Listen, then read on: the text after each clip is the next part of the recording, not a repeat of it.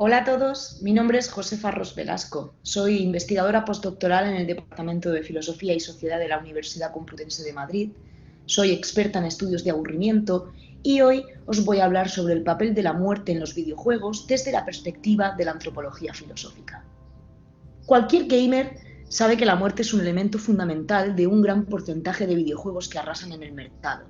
Es muy difícil pensar en un título en el que la muerte no esté presente como un elemento de aprendizaje o de adquisición de habilidades, como fórmula de penalización frente al fracaso o simplemente como medio para alcanzar un determinado fin. Que la muerte es parte de la narrativa de los videojuegos es una afirmación irrefutable. A menudo conforma parte del objetivo del avatar o constituye su meta última, o incluso ambas cosas a la vez, como sucede en el clásico Super Mario World, en el que el protagonista debe eliminar infinidad de adversarios en su camino hacia la aniquilación del verdadero enemigo, el monstruo final. En otras ocasiones, la muerte solo es algo que el jugador debe evitar para tener éxito, en su propia persona o en la figura de otro, como en el caso de los juegos de cuidado de mascotas virtuales. En los videojuegos de tipo thriller, como Fahrenheit, la muerte de ciertos personajes secundarios es parte de una trama de investigación que el protagonista debe resolver. Y así también, en los simuladores de vida, como el famoso título de Sims, la muerte interviene en el comportamiento y el estado de ánimo de los miembros de una familia e incluso en algunos casos del propio jugador. También así, en un clásico como Tetris, demasiadas piezas mal colocadas conllevan la finalización del juego, que viene a ser la muerte simbólica como parte de ese fracaso en la lucha por la supervivencia. Pocos son los videojuegos en los que la muerte no tiene una presencia de alguna forma u otra.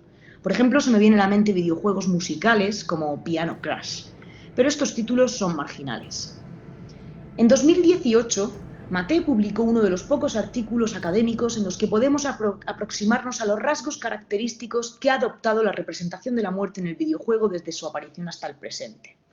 Estos rasgos son la recurrencia, su inserción en un régimen lúdico, su tendencia a la disrupción del relato. Sin embargo, más allá del clásico game over, se encuentra una estrategia de ventas basada en el acercamiento a la muerte que bien puede apelar a nuestros más íntimos deseos e impulsos. Y no me refiero a aquellos que van en la dirección del morbo, del sadismo, la descarga de la violencia o la liberación de la pulsión de muerte freudiana. En esta ocasión no se trata de esto. De lo que estoy hablando es de otra perspectiva distinta. Esto es, la de la aproximación a y familiarización con uno de los fenómenos más incognoscibles con los que debemos tratar a lo largo de toda nuestra vida y que determina nuestra posición existencial frente a la misma. Estoy llamando la atención sobre la producción de sentido en torno a la muerte en términos antropológicos e incluso metafísicos, desde la perspectiva comunicativa implícita en el producto que es el videojuego. Junto con mis compañeros, los profesores de la Facultad de Comunicación y Documentación de la Universidad de Murcia, César San Nicolás y Miguel Ángel Nicolás, hemos llevado a cabo un estudio que hemos titulado Near Death Experience, en el que hemos tratado de dar explicación al éxito que tiene la muerte como gancho en los videojuegos, inspirándonos en la hipótesis de corte antropológico-filosófica desarrollada por el pensador Hans Blumenberg sobre la necesidad antropológica de hacer lo desconocido familiar para adquirir un horizonte de sentido. Siguiendo esta línea, comprendemos la muerte como un elemento con gran potencial para atraer a los jugadores y conseguir grandes ventas, porque la interacción con la misma en un mundo virtual permite a los usuarios relacionarse con lo ignoto que hay en ella. Experimentarla sin tener que vivirla realmente, de eso es de lo que estamos hablando, consiguiendo así convertirla en algo más cercano, que inspira menos miedo y con lo que se puede vivir.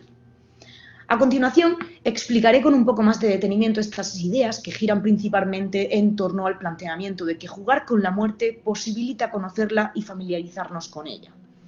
La promesa de jugabilidad en relación con la muerte permite al jugador despojar a esta de su misterio, transformándola así en algo más accesible, reduciendo su carácter absoluto al interactuar con ella.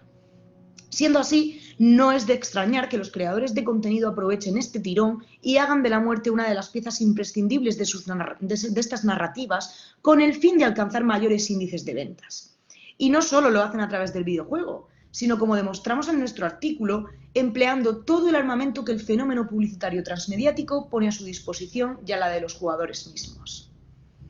Veamos entonces cómo se justifica nuestra necesidad de jugar con la muerte a partir de la aproximación a la filosofía blumenbergiana.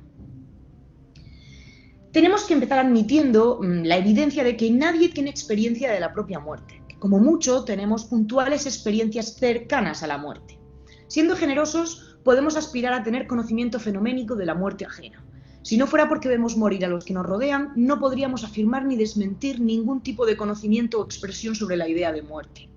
Con todo, de nada nos sirve desde una perspectiva existencialista el hecho de saber que vamos a morir porque hemos vivenciado la muerte del prójimo.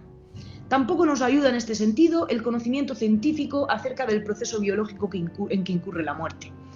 Al contrario, esto causa incluso mayor zozobra e inquietud en nosotros porque viene acompañado del desconcierto de lo que nos es inaccesible al entendimiento. Por ello, necesitamos construir relatos sobre la muerte que nos faciliten una comprensión de nuestro inevitable destino. Aceptar la muerte no es tan sencillo como decía el filósofo Martin Heidegger a partir del principio liberador que reside en la misma. Más bien, todos tratamos de convivir con la idea sartreana de que la muerte es la razón que quita a la vida todo su sentido y al hombre su libertad. La muerte, como muchos otros fenómenos que se resisten a ser aprendidos dentro de los límites del conocimiento humano, es una inexperiencia dolorosa, incomprensible, insoportable en algunos casos. No es casual que precisamente sean las cuestiones más difíciles de explicar las que más llaman nuestra atención y las que demandan nuestro esfuerzo para tratar de entenderlas, como ya apuntó el filósofo Immanuel Kant en la apertura de su prólogo a la primera edición de la Crítica de la Razón Pura. Este tipo de preguntas denotan lo que Hans Blumenberg llamó el absolutismo de la realidad, es decir, la impotencia que experimentamos los seres humanos cuando somos conscientes de la infinitud e insondabilidad de la realidad en la que estamos inmersos, de la que debemos distanciarnos irremediablemente para vivir una vida con significado. El hecho de ser parte de esa naturaleza omnipotente que escapa a nuestra capacidad cognitiva, de considerar la existencia ilimitada y arbitraria del universo que se resiste a encasillarse entre las pretensiones objetivistas de la mirada humana, y de saber que el mundo existe más allá de nosotros, indiferente a nuestra propia existencia, nos provoca frustración, terror, angustia. Según Blumenberg, el absolutismo de la realidad nos presiona y nos atormenta, haciéndonos sentir desconcertados e incómodos en nuestro trato con el mundo, desorientados por una relación dominada por el desequilibrio y la inadecuación. La cuestión de la muerte es quizá una de las más desafiantes entre las que surgen de la experiencia del absolutismo de la realidad. Para hacer frente al malestar provocado por el fenómeno absoluto de la muerte, debemos alejarnos al máximo de ella, haciendo todo lo que sea posible por convertirla en algo más familiar y accesible, ya sea dándole un nombre, explicándola a través de una historia o haciendo uso de las estratagemas retóricas que sean necesarias, incluso adquiriendo experiencia de ella en un entorno virtual a través de la interacción, como sucede en el caso de los videojuegos. La representación de la muerte en el videojuego y en la promoción a nivel transmediático, por supuesto, basándonos en las reflexiones blumenbergianas, reemplazan lo no disponible por algo disponible, como parte de este proceso de deconstrucción del absolutismo de la realidad. Esta es la manera en la que el hombre consigue dominar la realidad prepotente e inabarcable, especialmente cuando nuestro intelecto requiere abarcar objetos que le exigen demasiado, como sucede con la muerte. La inclusión de la muerte en el videojuego y su promoción produce lo necesario para alcanzar un acuerdo con el absolutismo de la realidad, para distanciarlo y reducir así nuestro malestar frente a su desconocimiento. O lo que es lo mismo, para acercarnos a la muerte convirtiéndola en algo más común y comprensible. Así las cosas, su rol en el videojuego y en la promoción del mismo cumple con una labor de regularización.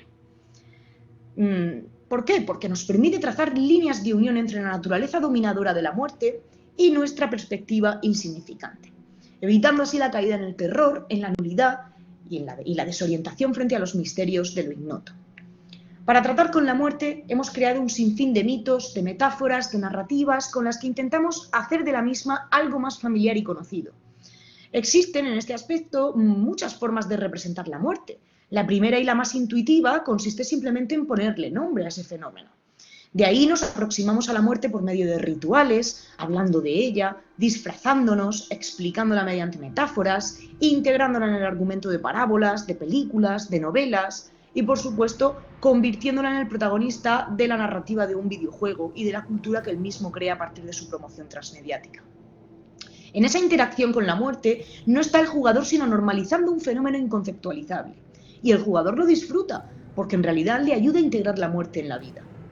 Es por ello por lo que mis compañeros y yo nos aventuramos a admitir que los creadores de narrativas para videojuegos consideran la muerte como un elemento clave para alcanzar el éxito de ventas, a sabida cuenta de que el gamer demanda el tipo de experiencias que le permitan aproximarse a fenómenos absolutos como la muerte.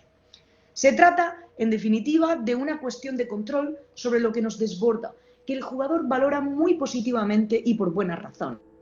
Así que ya sabéis, la próxima vez que os preguntéis por qué disfrutáis tanto cuando matáis a vuestros sims y los hacéis sufrir, los torturáis quitándole la escalera de la piscina, pues no os asustéis. Solo estáis tratando de interactuar con la muerte de una forma muy natural y muy necesaria.